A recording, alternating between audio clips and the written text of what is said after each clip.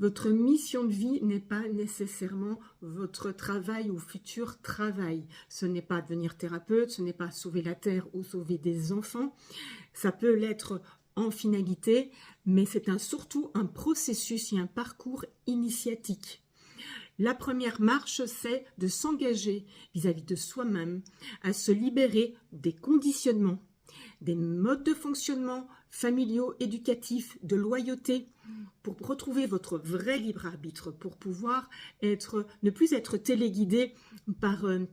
des croyances limitantes ou une blessure ou une envie d'être reconnu ou avoir peur de mal fonctionner, peur du jugement, peur du regard de l'autre, donc du coup de la culpabilité. C'est vraiment s'engager à se libérer de cela pour, dans un premier temps, retrouver vraiment votre libre arbitre. Dans un deuxième temps, il est important également de découvrir en fait les potentiels que vous avez, les talents innés au travers de ça, puisque vous aurez élagué, on va dire, le terrain, et vous allez pouvoir retrouver naturellement ce pourquoi vous êtes fait.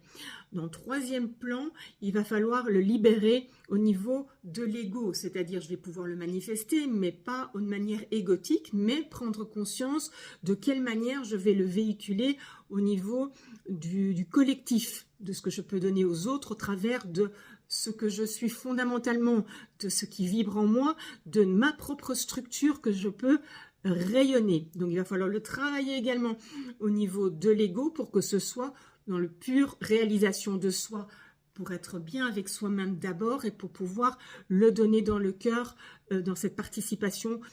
collective. Et ensuite, il va falloir vraiment le mettre en place et l'actionner, et le manifester, le déployer pour déployer totalement vos ailes. Donc ça peut être effectivement dans un travail, mais ça peut être simplement